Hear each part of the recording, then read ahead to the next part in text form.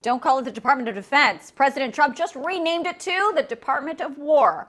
But why? So we won the First World War, we won the Second World War, we won everything before that and in between, and then we decided to go woke and we changed the name to Department of Defense. So we're going Department of War. The president said it's more like a vibe shift. It is a very important change because it's an attitude.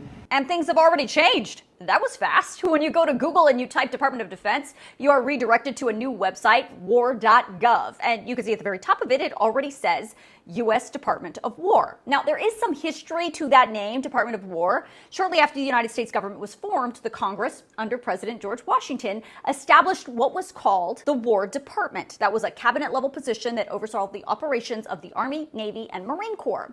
As President Trump said, after World Wars I and II in 1947, President Harry Truman signed the National Security Act and then an amendment to that law. Those pieces of legislation merged the Navy, the Air Force, and the War Department into one single organization led by a civilian Secretary of Defense. And then the name was changed to Department of Defense. And that's what it's been ever since. Today, President Trump talked a lot about going back to the military mentality of the 1800s and the early 1900s when the U.S. military was under the direction of the War Department. In the Oval Office today, he suggested that all the wars that we have been involved in since World War II and all the leadership and brave men and women who have fought in those wars and conflicts around the world since the 1950s have been half-assing it. We were very strong, but we never fought to win. We just didn't fight to win.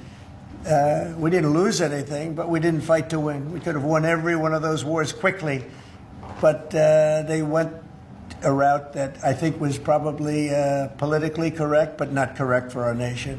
So I think the Department of War sends a signal. Now, I'm not quite sure how a name change would correlate to winning wars, but I guess the president thinks that vibe shift makes a difference. So the question is, like all of President Trump's executive orders, is it legal? Can he just do that on his own, or does Congress have to pass another law to officially change the name? Well, here's what he said about that. I don't know, but we're going to find out, but I'm not sure they have to. We're signing an executive order today, but we're going to find out. We're going to see. If they do, we're going with it, and we're going with it very strongly.